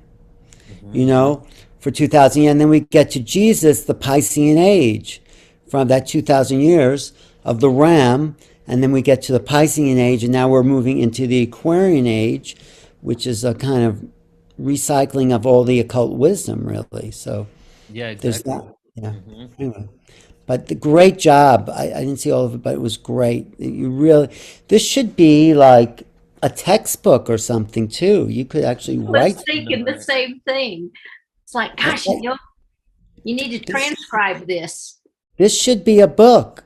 I think yeah. Don't you You know, think it's so? actually on my, I don't know who gave me the idea, but someone gave me recently, said that transcribe your presentations, make books out of it. So I actually have it on my to-do list, and I'm going to get to it probably by next month and start transcribing my presentations. Well, you don't actually have to. If you post this on YouTube has transcripts. Oh on yeah, it. well, I want to actually reach out to many speakers on Portal to Ascension and see if they're okay. I'm sure a lot of them will be. Take their content, start creating a bunch of books.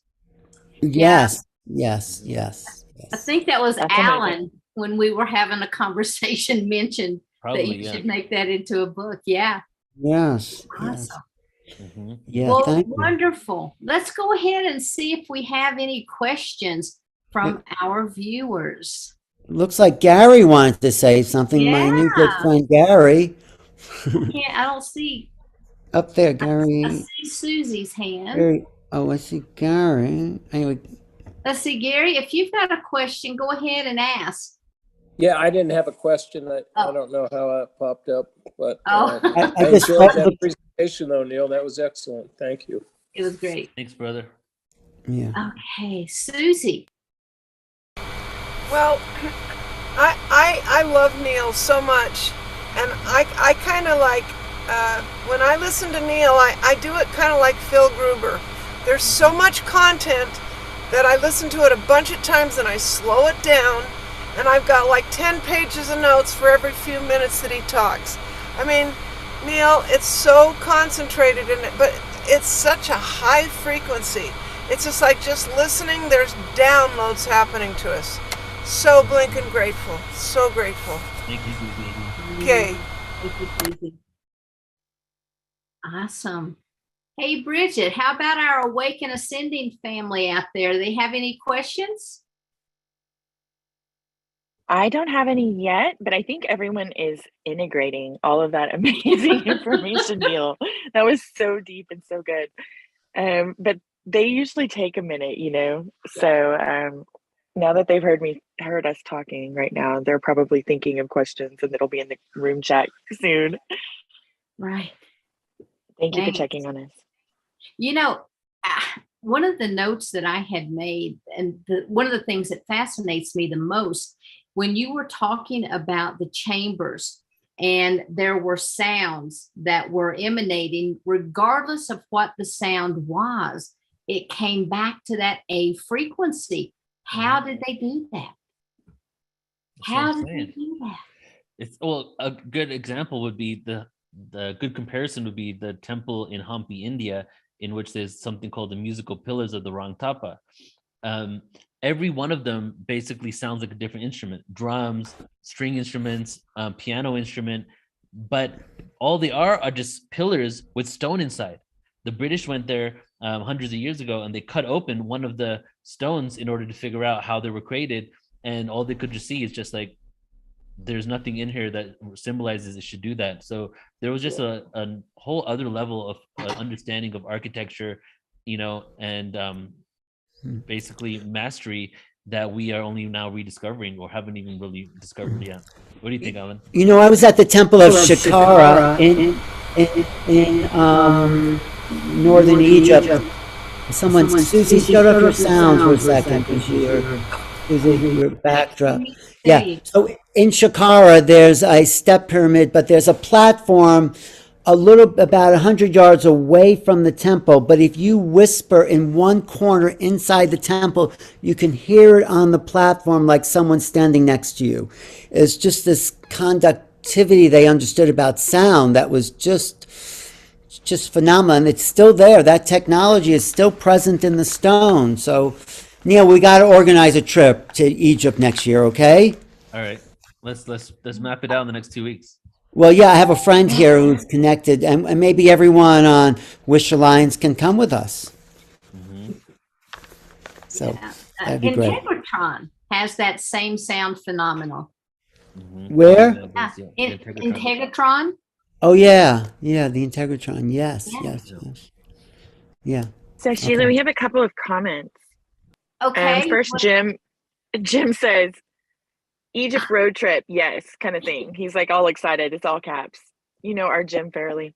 Oh yeah. So Esteban says, just praise. Neil is a wealth of knowledge. I don't have my readers on, y'all. So Mickey says her son sees music as colors, so that was wonderful. And that's what we have so far. Neil, everybody loves it. Beautiful. Amazing. Yeah, so these structures not only emanate frequencies, but I mean, I have a presentation. It's a 3-hour presentation on ancient history, ancient sites and sound frequency connection, and it's for free on YouTube. And that whole thing basically goes over around 20 different ancient sites and the harmonics that they emanate or how they were created. And every single one of them, the bottom line is that these frequencies were designed to emanate some sort of spiritual experience. When there was 100, for example, 110 hertz, you find that in the caves of Malta. You find that in County Meath, Ireland. You find that in a few different temples in pyramids, temples in Egypt. 110 hertz seems to be a frequency we find across the whole planet. They hooked people up to EEG machines, and they did some studies on regular mainstream scientists to see what kind of experiences they were getting from 110 hertz. And almost all of them were giving astral projection, out-of-body experiences testimonials, right? So, and then some of them went and visited the Archaeoacoustics Conventional Convention, Archaeoacoustics, went to one of these structures and tried to see how it would feel by being there. One of the people said that they felt that their soul came out of their body and was projected on the art walk in the caves. Like regular scientists said that, right? So there's definitely some sort of, I feel like some sort of portal being created by these frequencies or some sort of upliftment that it's providing us. Beautiful. Wow. Hey, Carol, you have a question. I have you up. You need to unmute, please. Okay, my dear. Thank you, Sheila. And thank you for doing all this, the Zoom. Thank you, everybody. Neil, I'm always blown away. I'm lost for words. I could go through the whole dictionary with all the positive words, right? But you're quite correct. I visited Egypt and in, when was it? 1980? No, 1989. Mubarak was still president there. They hadn't had the Arab Spring. Sisi is now president. I think the army took over after the Brotherhood, the Islamic Brotherhood. Anyway, the King's Chamber, I climbed up inside there. And it's not a tomb, because I went into the tombs and the hieroglyphics on the walls, and the extent of Seti's tomb or Ramses' tomb, right, is incredible, right? That King's Chamber is definitely not, because there's no hieroglyphics. There's no hieroglyphics in the pyramid. And I'm reading the knowledge book right now, and also in ufology. I think these highly evolved beings, you're right, Neil, they want us to go up in consciousness, to stop warring on this planet. Even and I'm also a member of the Monroe Institute, and we have the stereo headphones. Right now it's on Zoom, and of course they play the frequencies, the binaural beats. So one side, one hemisphere, one ear is slightly different from the other, right? And then you can have an out of body experience, right? So yeah. Beautiful, yeah. And I've had I had pneumonia, so I had a near-death experience. And I wasn't me anymore. I was just consciousness in the body. Everything is consciousness and frequency and vibration. Right. Wow. Yeah. Thank you, Neil. Thank you, Neil. Yeah, I completely agree. I feel like they want us to get out of this kind of dualistic expression of good and evil and war and hate, and I feel like part of our goal on this planet is to figure out how to live the singularity while we exist within duality. So it's like, how do we create harmony in a world where it seems like there's so much chaos and division. And then when we all get to a place where we can create harmony within us, then, you know, the external world won't have any choice but to reflect that back. Yeah. Yeah. When in the near death, I was told your time's not up. You've got to go back and give out. So I'm teaching remote viewing, transcending levels of consciousness, Nice. the history of UFOs and higher intelligence and humans, and also my near death experience. But Neil, you could show me a lot about, you could teach me a lot about presentations, really. Yeah. Let me share. If you want to share anything with me in the future, you know, send it to me. Okay. Thank you so much, Neil. Great. Thank you, Carol. Hey, Paul, how are you? Hey, doing well.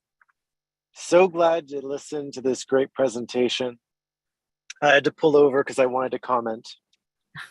I was driving when you mentioned that really interesting bit that there were no vowel sounds in their hieroglyphics or in their records, that they only had the consonants and they had the rhythm, but they didn't have the tone. And I was driving over some really textured pavement, and it had me thinking, if we could map out the percussion, you know, the consonants of our routes, of our roadways, we could have a more connected car experience. But then how do you tune that? Like, if you make a language out of it, what would you, like, how would you illustrate the consonant sounds? Because right now you have every car, it has its own structure, its own measurement of metal that makes up the frame. So every car, when you drive it, it makes a bass tone. Right. And that's the frequency it starts on. That's its vowel sound. And then the consonants come from the texture of the roadway. You know, the Aborigines call that song lines. When they would walk along a path, there was a certain vibration and sound to each path, and they would follow these song lines that were taught to them. So you're onto something there, Paul. But look at the Aborigine song lines, because it's very similar to what you're feeling, the Australian Aborigines. Very cool stuff. Thank you. Yeah, Thanks beautiful. for sharing, brother. Thank you, Paul. Hey, Bridget. Is there anyone, or can I go? Hey, yeah, I'm bringing you up. Okay, so we have Heather that says, when you said that some say the pyramids are coming back online, how has that been observed? She wonders if the collective raising of our frequency is having an effect on the rebooting. She also notices an increased amount of, I think that's supposed to be Kemetic, messaging coming through the subtle realms. And she said, it's beautiful. Thank you for honoring this, Neil. I think she has more, or maybe vice versa. The frequencies are raising in everything, and it is bringing all of it back online. Yeah. Well, that's what's occurring, is that we are shifting, you know, not only our solar system is in a different part of the galaxy, in which we're basically on the other side of the photon belt, and a lot of things are happening through galactic weather that is promoting the upliftment of consciousness. You know, back in 2002, Russian scientists released a whole document, a whole research study saying that we're entering a part of our galaxy that is a very high concentration of ether. Fast forward another 2 decades of research, and that high concentration of ether is the photon belt, the milk of the Milky Way galaxy. It was an, evidence to suggest that we were going through the photon belt and emerging out the other side. Now, this gets into some other research in which we've now been able to show and prove that our galaxy has a bow shock. So imagine a drum. Imagine that somebody's hitting the drum and you can see with your eyes the frequency of the drum coming up, right? Just imagine that. Basically, that is what is occurring in our galaxy, that our, you know, the flat plane of a Milky Way galaxy, there is this bow shock, this frequency bow shock emanating above it. And this is mainstream science. Indian Space Agency, NASA, Russian Space Agency, everybody knows this is a reality. So what happens is, after you go through the photon belt and you emerge out of the other side, after 13,000 years of being on the other side of the photon belt, all of a sudden, not only are you in alignment with the center of our galaxy while you're in the photon belt, but you're also being bombarded with a bow shock that also has an effect on the consciousness of humanity. This just happens to coincide with the upliftment in consciousness, moving out of one age into another age. So I feel there's enough scientific evidence plus spiritual evidence and ancient texts to suggest that we're in this shift where we are now basically going into another age. And part of that is we're going to see a lot of chaos, a lot of craziness in the world, a lot of lessons that haven't been fully embraced and accepted yet or learned from are going to continue to present themselves in all types of sometimes uncomfortable ways.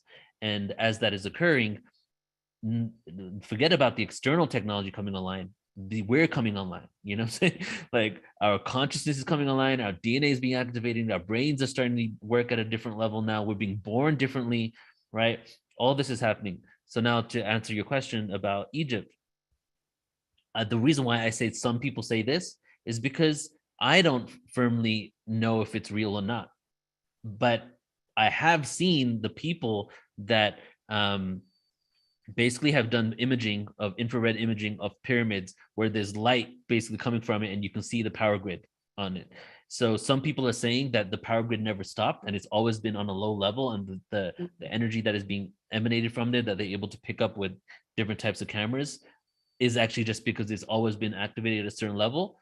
But how do we know? Because we couldn't take those pictures 20, 30 years ago, right? And then other people are saying, well, look at what's going on here. There's definitely energy flowing from this. There's no doubt that this is a power, some sort of power device, and they're coming back online right now. Maybe, I mean, if you look at the cycles of time, it feels like 12,000 years ago where they started like closing off. We're really low at the bottom of this whole yuga cycle. To get back to the equal side on the other side would be another 9,000 years. So whether they're coming back online or it's just people are thinking that they will because we're uplifting the consciousness, I don't know. But the ultimate thing, just to give you a shorter answer to my long answer right there, is that we are the technology and we're coming back online, and that's what it's really all about. Yeah, that's beautiful. Wow, Neil, loving all of that. Iris is sending me pictures via text that I don't know how to get over to my iPad for the Zoom is, but she's real into this. So Iris said in a comment to me, and she said I could share it. You know, the meditations that we do with Doris, Sheila.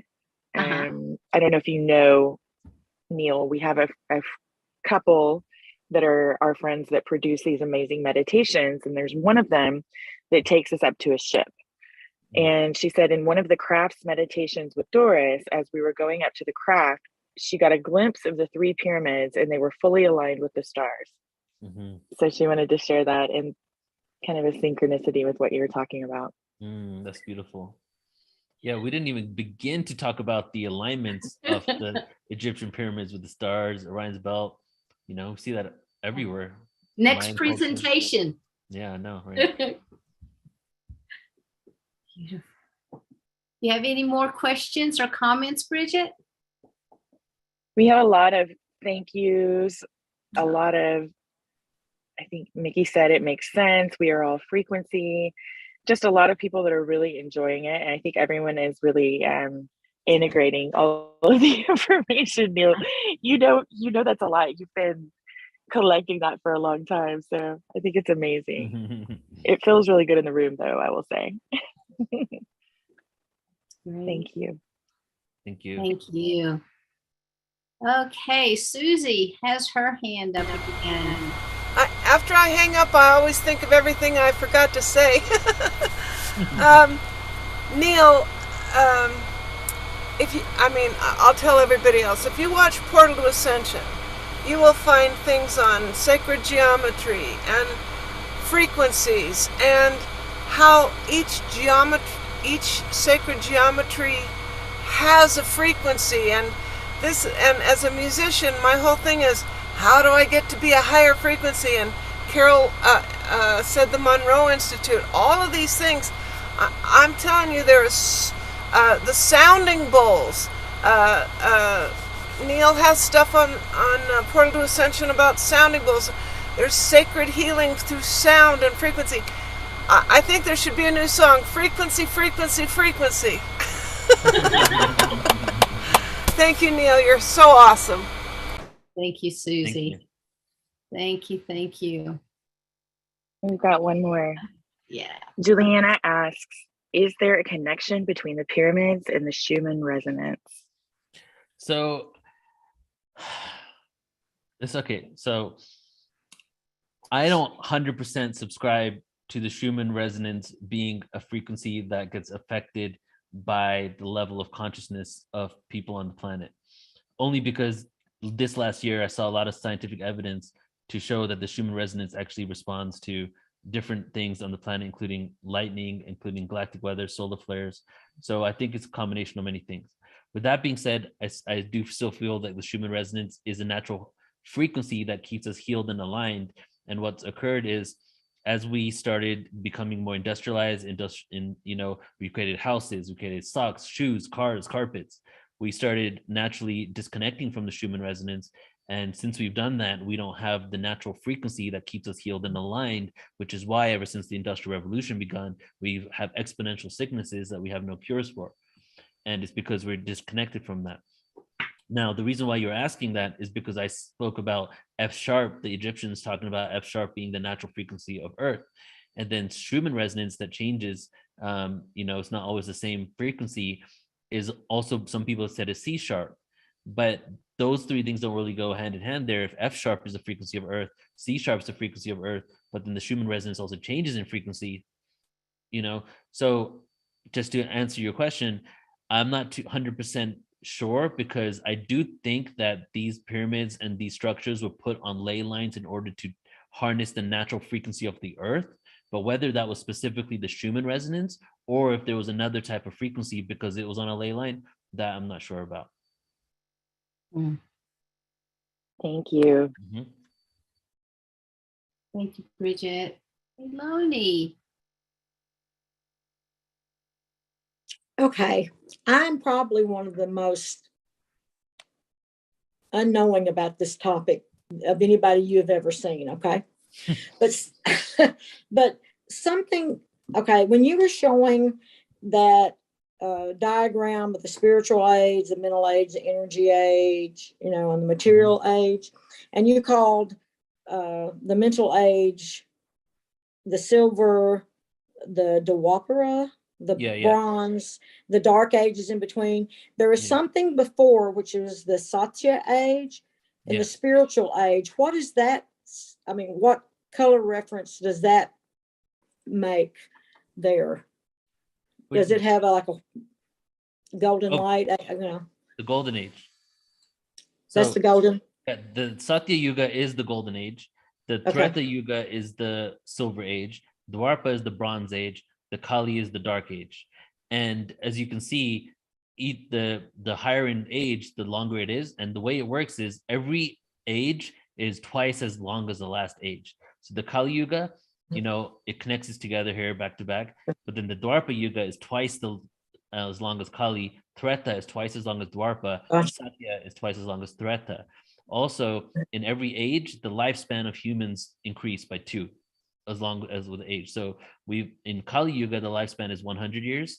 In Dwapara Yuga is 200, and then it becomes 400. And then Satya Yuga, people can ascend out of this reality, and who knows? And that's why we have Noah, who supposedly lived for hundreds of years. That happened in the Satya Yuga. Okay, so the age of humans could live too, with the different. Differences. Exactly. We're just going back where we're winding down. We can wind up with everything. Yeah. And okay, so in reference to frequencies in the spiritual age, the mental age, and I use those words because it's hard for me to say those other words. I told you I'm way behind on this stuff. And the energy age, the frequency changes between these. Are they measured, like you said, as you go around, you had more ages in the spiritual age stuff. What about the frequencies in each one of those? How did those shift to where we are today? Yeah, well, the frequencies definitely change, but you can call it higher or lower frequency, because higher and lower. So Kali Yuga, and actually your explanation of the ages is much more actually accurate than me saying Dwapara and Satya, because those don't really say anything. Those are just the names. What you're giving the label of what happens in that age, which is more important. You're a mental age, you're in the energy age, you're in, golden age, whatever. So the frequency shifts, but in the Kali Yuga, where we've been, the theme is the age of delusion, the age of authority, and the age of hierarchy. Delusion, everything you think is good for you is bad. Everything the other way, everything's all twisted. And then the age of authority, you give your power up to authority. And the age of hierarchy, we've been in the age in which we have lower, higher dimensions, lower, higher frequencies, but that's not really how it is. We just live in the age where we've created it that higher is better, lower is worse. Good example is the Schumann resonance. The Schumann resonance is a great frequency. It's like 7 point something. So raise your vibration really doesn't count when it comes to that. So the real understanding is not higher or lower, it's harmonic or disharmonic. Okay, so that's the frequencies. So we have been in a disharmonic frequency, chaotic frequency. Now we're creating harmony. And there's levels, octaves. Every note, the note A, has different octaves it can be at. It could be at a certain frequency, it can be at a higher frequency. A couple of those octaves are in with our own visual sight. The other octaves don't even exist in this reality. So we can move up in octaves, right? But it doesn't have to be higher and lower. It's just harmony and disharmonic. I'm sure that there is some sort of grand design on the frequencies and the actual like quantifying of it, the numbers and everything. But I don't think anybody's tapped into the awareness enough to know what the number frequency would be, if there is even a number associated with this. Because if we've been through the dark ages and now we're going to a different set, materialistic and all the things there. What do you see us going into after that? I mean, I know it circles, because to me it goes on both sides evenly and completes down at the bottom. So it's not like we're going into the Warper and other age. We're going to something different right now. Well, so no, it's not, we're not simultaneously going down those ways. We're going down one side up the other one. It's a cycle like this, right? Okay, so it is a circle. Yeah, so we went through 1700 was the end of the dark ages. 200-year transitory phase, 1900 the beginning of the Dwapara Yuga.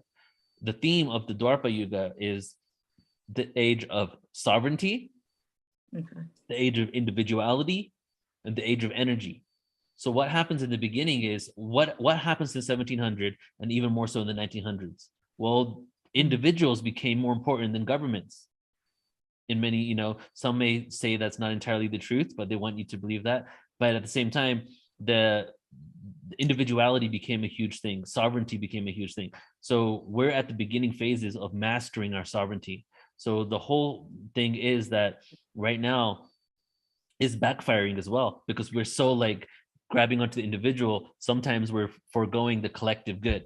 Okay, that's what happens at the beginning of this age. Is we need to, by the time we exit this age, we end up mastering how to be sovereign beings. Okay, and then when we also are finished with this age, we master energy. When it comes to space travel, when it comes to creating devices to harness energy without polluting the planet, and also when it comes to our own energetic bodies. I got a feeling that us understanding our own Merkaba, our own light body, our own energetic bodies, by the time we exit this age, we're going to be basically masters of utilizing that. And maybe that will start the process of bringing our innate gifts back online. Because once we start realizing our own energetic bodies, you can transcend the matrix. Once you can realize that you're a subatomic being vibrating in and out of reality, you're a holographic organic projection of consciousness, and science has now proved that, but we see everything as an illusion. We see everything as completely different than what we really are. Once we can embody and integrate what we truly are, these frequencies, then we can start doing magical things and kind of like craft the matrix in our own image, if you will. And that's when you start getting like food processors, food manifestation machines and stuff like that, from Star Trek. But I feel that so hopefully that answers your question. We're at the beginning phases of this, and we're going to see a lot of shifts, a lot of people trying to keep the old age. That's what happens as well. At the end of every age, there's a bunch of countries or people that are trying to hold on to the old ways, and then it doesn't work. So what happens instead is those institutions start collapsing. It looks like it's chaos, and then society needs to be rebuilt. And now that we're in an upturning consciousness, my hope is that society will be built in a way that works for all of us. Okay. Mm-hmm. Okay. Well, thank you. Yeah, it kind of makes sense to me. And then when you said that was a circle and we just keep going circling, but it's kind of like on a spiral where we circle, but we go up on the spiral and we go up, right? Like a spiral. Yeah. So, okay, that's a whole, that like this. That's kind of like, yeah. So when it comes to the yuga cycles, we're just doing the conventional cycle. But yeah, I think that's what's going on is we're basically in an upward fractalization, you know, and Okay. and you can kind of look at it as that we're at the center point of the singularity of a black hole spinning around it, you know, and then ultimately when we finish this game and we move into the next chapter, we get sucked into the singularity and emerge out of another experience. And the new experience will be this next dimension that we're moving into. Okay. Now, see, some of that I understood. So thank you. You're welcome. Thank you, Lonnie. Great Thank you. questions. Neil, as always, it's been magical. It's been educational. We've got to have you come back sooner than later. I'll be interested to see the rest of the story. And so everyone tonight, thank you for being here. Alan, thank you for being here. Do you Thank have you. any final comments that you would like to make? No, just like check out Portal to Ascension and check out what me and Sheila and Neil are doing together. My channel, New Realities, the Wish Alliance. We got some really great things coming up. I got a special UFO series I'm working on. I'll be speaking here next week, right? Next Thursday? Yes, you are our speaker next week. Okay, I'm going to be speaking about ET communication, how the ways, the levels of consciousness ETs use that we have access to in order to communicate their presence here and to interact with them. At least from my understanding, this is what I've understood. This is what I've accessed. So so I have a whole PowerPoint I'm putting together for that, and plus my own experience. And it is about vibration for sure. It definitely is. So I'm excited about that. Thank you, Sheila. I'm looking forward to seeing you in person, Sheila, in August. Yay, that'll be fun. And Absolutely. everybody else, yes. And of course, always Bridget is always there doing her thing on Clubhouse. And Gary and Susie. Great. Yeah. Everybody. Thank you. So Neil, do you have any final April. comments that you would like to make? I'll do a poem. Okay. Yes. I haven't done one in a Check while. this out. Yeah. So, guys, I just got out of this music studio. I spent the last 2 days in the music studio, and I just made a whole song that's gonna be completely like first fully produced epic song, where I had coaching and everything to like make it really nice. And it's called the Anunnaki. And here are the verses from the song, right? So it's called The Story of the Anunnaki. All right, let's see here. So I'm doing it a cappella, of course. I wrote this back in 2003, long time ago. Blood. Is it really ready to be read as holy scriptures ingrained on tablets with the sweat of the dead Sumerians who worship God for life fiending in the Garden of Eden? Could I be your God? Who worship God, who worship deities, worship themselves, who worship energy. What is the atomic quantum level that we can reach? Is it there? Or are we at the gates ready to breach entry? I can't burn, awaiting my turn to be dematerialized. Once again may rise or never even be what we call society. Conscious language, process in the mind. This is the solar systematic song that has all along been wrong. Welcome to my mentality. Manifestation of waves. Human slaves diplomatically save the day. The Lord of the black holes, constant twirl. The source of the white hole's matter to form galaxies and worlds. Am I God? God, I'm vibrating at speeds, destroying desires and needs, the henchman who collects souls, uncovering ancient wisdom in the scrolls. Humanity is free, made in the image Anunnaki. Humanity is free, made in the image Anunnaki. And then there was one Life untangled, rhymers undone, life source drained, vanity explained, following those with fame. Always fight and complain, answer remains the same. Controlled with borders and tamed, through awareness, we are saved. Ascend and fade away and live for today, and don't play games or get erased from this place. One face, unity of race, consciousness explained, end of human reigns, galactic alliance remains. Our true cosmic place amongst the stars in space. Aware now in case reincarnation takes my next life away. So ascend and pray, not for superficial gains, but a way to break through this maze. Life was just a phase. It's time to upgrade the human race. It's time to upgrade the human race. Thank you, everybody. Wow. Yay. Thank you so much. Thank you everyone for being here. Susie said, honey, go on. Sorry. There we go. Okay, now we've got it. But I want to thank everyone for being here tonight. Neil, thank you. Alan, Bridget, always want to thank April for the work she does on our website. And Cindy was here earlier and she keeps everything rolling on Facebook. So I'm very, very grateful to all of you guys. Thanks to all of our Awaken Ascended listeners with Bridget, all of the YouTubers out there. Thank you so much. Again, if you haven't subscribed to Neil or Alan's channel, please click subscribe, give it a thumbs up. I give you guys a thumbs up tonight. We are out of here. Thank you so much. Bye, and everyone. we'll see everyone next week. Namaste. Bye-bye, everybody. Good night. Hugs. Thank you, Neil. Bye. Thank you, Alan. Thank you, Sheila. Thank you, April. Big hugs. Susie.